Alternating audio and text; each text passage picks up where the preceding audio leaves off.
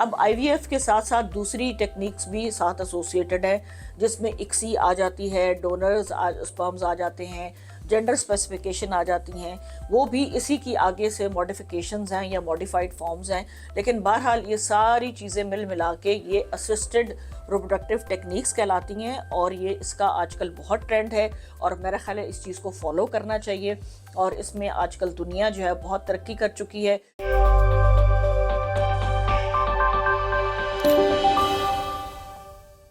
अस्सलाम वालेकुम, मैं डॉक्टर बिल्किस हूँ। आज हम जिस टॉपिक पे बात करेंगे वो है आईवीएफ, और आईवीएफ से रिलेटेड जो मिसकॉन्सेप्शंस आम लोगों के अंदर उसका तासुर पाया जाता है और कुछ गलत फहमियाँ उसके अंदर जो पाई जाती हैं, और इसकी वजह से बहुत सारे कपल्स जो हैं आईवीएफ कराने से थोड़ा हिचकिचाते हैं, बिकॉज़ उनकी फैमिली में और उनको ये बताया जाता है उन कपल्स को कि जो आईवीएफ बेबी होता है, जिसको किसी ज़माने में टेस्ट ट्यूब बेबी कहा करते थे, लेकिन आजकल अवेयरनेस बढ़ गई है और हर एक को पता है कि आईवीएफ उसका नाम है। और उसको में जो मिसकंसेप्शन है वो ये आके पूछते हैं हमारे से कि जी आईवीएफ का जो बच्चा होता है वो अपना नहीं होता, और उसमें जो है बहुत चांसेस होते हैं कि किसी दूसरे का सैंपल जो है वो आपके अंदर डाल दिया जाता है।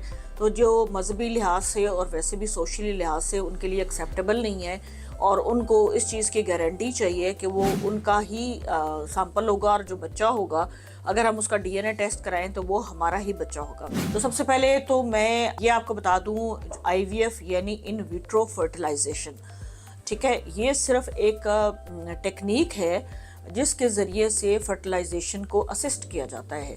यानी जो कि कुदरत का एक निज़ाम है जिसके ज़रिए फर्टिलाइजेशन जिस्म के अंदर होती है, उसी फर्टिलाइजेशन को जिस्म से बाहर जो है वो कराया जाता है टेक्निक्स की मदद से। लेकिन उसमें फीमेल या मेल का स्पेसिमन हरगिज़ चेंज नहीं होता। फीमेल का स्पेसिमन भी यानी एग्स भी उसी फीमेल के होते हैं, और जो सीमन होता है वो भी उसी मेल का होता है। ये बिल्कुल ना हमारा मज़हब इजाज़त देता है, या दुनिया में किसी भी जगह बग़ैर नॉलेज के कोई भी किसी का सीमन दूसरे किसी खातून के अंदर इंजेक्ट नहीं कर सकता। हमारा तो मज़हब भी इस चीज़ की इजाज़त नहीं देता, इसलिए हमारे मुल्क में तो इस चीज़ का सवाल ही पैदा नहीं होता। और बाकी ममालिक के अंदर भी जहाँ स्पर्म डोनेशन का कॉन्सेप्ट है या सरोगेसीज वगैरह का है, उसके लिए बाकायदा तौर पे इसका एक ऑफिशियल डॉक्यूमेंट है जो साइन कराया जाता है, और पेशेंट को या उस कपल को बताया जाता है कि आपके अंदर जो सीमन डाला जा रहा है उस बंदे की शक्ल, मुशाबियत, उसकी ख़ासियतें, उसकी कास्ट, उसकी ये है वो उस तरह की होगी, और उसी से मिलता जुलता बच्चा जो है उनको हैंड ओवर किया जाता है। बिकॉज़ ये बहुत इम्पॉर्टेंट इशू होता है और इसमें कोई गलती की गुंजाइश नहीं होती। ये ऐसे ही है जैसे मिसकॉन्सेप्शंस ऑपरेशन थिएटर के मुतालिक थी कि जी लोग सिजेरियन से शुरू में इसलिए भी डरते थे, सिजेरियन अंदर हो रहे होते हैं और जब बच्चे बाहर निकलते हैं तो एट ए टाइम सिजेरियन जब ज़्यादा हो रहे होते हैं तो बच्चे मिक्स हो जाते हैं, और नर्स जो है आपको कोई भी बच्चा दे सकती है। शुरू में ये बहुत ज़्यादा मिसकंसेप्शंस थी, हालांकि ये हरगिज़ नहीं होता। कभी भी आज तक मैंने अपनी इतनी सर्विस में ये नहीं सुना कि किसी का बच्चा चेंज कर दिया गया हो। ऐसा हरगिज़ नहीं होता। बच्चा जैसे ही डिलीवर होता है उसी वक्त उसके ऊपर उसके फादर का टैग लगा दिया जाता है, और जिसका जो बच्चा होता है वो उसी को दिया जाता है। ये सिर्फ लोअर स्टाफ की गलत इन्फॉर्मेशन की वजह से लड़का लड़की या उसका ये बताया जाता है, लेकिन आज तक मैंने नहीं सुना कि किसी का बच्चा जो है वो चेंज कर दिया गया हो। ऐसा हरगिज़ नहीं होता। इसी तरह आईवीएफ का जो स्पेसिमन है वो मेरे नॉलेज में ऐसा नहीं है कि इस तरह से सैंपल चेंज कर दिया जाए, या मतलब it's not an easy job. और दूसरी बात यह है कि ये इतना एक महंगा प्रोसीजर है, और इसको थॉरली वॉच किया जाता है, और बहुत कॉम्पिटेंट डॉक्टर्स जो हैं ये करते हैं अपनी ऑब्जर्वेशन में। इसको आम डॉक्टर तो कर भी नहीं सकता, तो इसलिए इसको बड़ा विजिलेंटली मॉनिटर किया जाता है। और जहाँ पे मैं आपको भी इसके स्टेप्स बताऊंगी कि जहाँ पे ये एम्ब्रियोज को फ्रोजन किया जाता है, बाकायदा उसके ऊपर टैग्स लगाए जाते हैं, और जिस कपल के ये होते हैं ये उन्हीं के अंदर डाले जाते हैं, किसी दूसरे के अंदर नहीं डाल सकते। इवन मतलब पाकिस्तान में तो हरगिज़ भी ये नहीं होता है। इवन यूरोप में अगर डाले जाते हैं तो वो डॉक्टर पहले आपसे परमिशन लेगा, और उस जिसके एम्ब्रियोज होते हैं उससे भी परमिशन ली जाती है। अब इसके मैं स्टेप्स आपको थोड़े से ब्रीफली बताऊंगी कि इन विट्रो फर्टिलाइजेशन क्यों की जाती है। इन विट्रो फर्टिलाइजेशन जो है उस सूरत में की जाती है कि जब कपल को थॉरली इन्वेस्टिगेट कर लिया, 3 साल से ज़्यादा का अरसा हो गया, फिर आप इलाज शुरू कराते हैं, 5-6 साल गुजर चुके हैं, 30 से ऊपर आपकी एज जा रही है, 35 के करीब पहुंच रही है, ठीक है, तो आप बहुत ज़्यादा एंजाइटी का एलिमेंट आ जाता है और कोई बहुत बड़ी कॉज भी नहीं फाइंड आउट हो रही, यानी आप उसको अनएक्सप्लेन इनफर्टिलिटी कहते हैं। दोनों में, मर्द और औरत, उनके अंदर कोई डिफेक्ट नहीं नज़र आता, क्योंकि जहाँ भी प्रॉब्लम नज़र आती है सबसे पहले डॉक्टर उसको करेक्ट करेगा। अगर मर्द में डिफेक्ट नज़र आता है तो उसको करेक्ट किया जाएगा, फीमेल में जो डिफेक्ट नज़र आएगा उसको करेक्ट किया जाएगा। लेकिन अगर दोनों के अंदर कुछ भी नहीं आ रहा और उसके बावजूद अगर बच्चा नहीं हो रहा, या कोई ऐसी वजह है जैसे अगर ट्यूब्स ब्लॉक्ड हैं कुदरती तौर पे और वो खोलने से भी नहीं खुल रही, तो उस सूरत में जो है वो IVF की तरफ प्रोग्रेस किया जाता है। IVF में ये किया जाता है कि सबसे पहले एक खातून की जो है वो लेप्रोस्कोपी की जाती है। लेप्रोस्कोपी के थ्रू उसके तमाम जो पेल्विक ऑर्गन्स हैं उनको शीशे के ज़रिए और कैमरे के ज़रिए देखा जाता है आंखों से कि उनके अंदर कोई प्रॉब्लम तो नहीं है, उनके अंदर कोई रसोली वगैरह या पेट के अंदर कोई ऐसी प्रॉब्लम हो जिसकी वजह से IVF नाकाम होने के चांसेस हो, तो उसको पहले रूल आउट किया जाता है। उसके बाद नेक्स्ट स्टेप में जो है वो खातून को ऐसे इंजेक्शन लगाए जाते हैं जिससे उसके एग्स प्रोड्यूस होते हैं और फिर उनको एग्स को रिट्रीव किया जाता है, यानी बॉडी से निकाला जाता है सिरिंज की मदद से। फिर उन एग्स को लेबोरेटरी के अंदर, और दूसरी तरफ जो है वो उसका जो मेल पार्टनर होता है उसका सीमन लिया जाता है।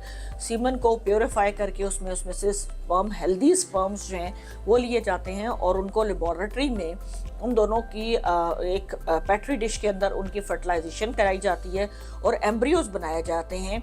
ज़्यादा बनाए जाते हैं, तादाद में 8 से 10 बनाए जाते हैं और उसमें से कपल की इजाज़त से एट ए टाइम ये है कि 2 से ज़्यादा आप इंजेक्ट नहीं कर सकते। उसकी वजह ये होती है कि उसमें मिस कैरेजेस के ज़्यादा चांसेस होते हैं और बाकी जो एम्ब्रियोज हैं उनको फ्रीज कर दिया जाता है वो नेक्स्ट टर्न के लिए, ताकि अगर एक दफ़ा IVF, बिकॉज IVF अभी भी कामयाब से कामयाब जो सेंटर्स हैं उनके अंदर भी 40% तक, आइडियली तो कहें तो 33% तक है, लेकिन अप टू 40% से ज़्यादा इसका सक्सेस रेट नहीं है। इसमें एक से ज़्यादा अटैम्प्ट्स भी करनी पड़ती हैं, नॉर्मली 2 या 2 से ज़्यादा अटैम्प्ट्स में ये कामयाब हो जाता है। तो इसका जो सक्सेस रेट है वो 40 से ज़्यादा नहीं है, तो इसलिए एम्ब्रियोज को फ्रीज कर लिया जाता है और फिर उसके बाद वो जो एम्ब्रियो है उसको खातून के अंदर इंजेक्ट उसकी यूट्रस के अंदर कर दिया जाता है और फिर उस प्रेगनेंसी को मॉनिटर किया जाता है। अब वो उसका अपना ही एम्ब्रियो उसकी अपनी ही यूट्रस के अंदर परवान चढ़ता है और वो फिर जैसे बाकी प्रेगनेंसी मॉनिटर करते हैं, इसको एक हाई रिस्क प्रेगनेंसी के तौर पे ऐसी अद्वियात दी जाती हैं ताकि इसको मिसकैरेज से बचाया जा सके। लेकिन इसके अंदर भी प्रेगनेंसी में वही सारे प्रॉब्लम्स हो सकते हैं, लाइक हाइपरटेंशन हो सकती है, डायबिटीज़ हो सकती है, प्रीटर्म के चांसेस हो सकते हैं, बच्चा प्रीमेच्योर पैदा हो सकता है, ऑपरेशन के चांसेस, वही सारी चीज़ें होती हैं जो नॉर्मल प्रेगनेंसी के अंदर हो सकती हैं। सो इसलिए मतलब IVF सिर्फ फर्टिलाइजेशन बाहर कराई जाती है, बाकी सारी प्रेगनेंसी और ओवा और स्पर्म्स होते हैं वो वही होते हैं जो कि नॉर्मल प्रेगनेंसी के अंदर होते हैं। अब IVF के साथ साथ दूसरी टेक्निक्स भी साथ एसोसिएटेड है, जिसमें ICSI आ जाती है, डोनर्स स्पर्म्स आ जाते हैं, जेंडर स्पेसिफिकेशन आ जाती हैं, वो भी इसी की आगे से मॉडिफिकेशंस हैं या मॉडिफाइड फॉर्म्स हैं। लेकिन बहरहाल ये सारी चीज़ें मिल मिला के ये असिस्टेड रिप्रोडक्टिव टेक्निक्स कहलाती हैं और ये इसका आजकल बहुत ट्रेंड है और मेरा ख्याल है इस चीज़ को फॉलो करना चाहिए।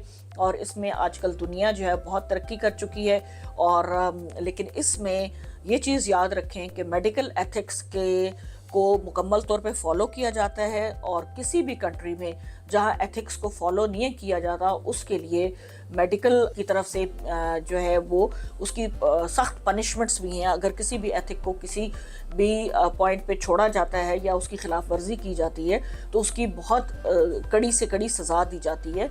इस चीज़ को बिल्कुल प्रमोट नहीं किया जाता कि किसी का स्पेसिमन जो है वो दूसरे के अंदर इंजेक्ट किया जाए। सो IVF का बच्चा भी आपका अपना बच्चा ही होता है, लेकिन उसको मेडिकल टेक्निक्स, मॉडर्न टेक्निक्स की हेल्प की मदद से उसको आपको असिस्ट किया जाता है। सो आज हमारा ये टॉपिक था IVF पे। Thank you so much.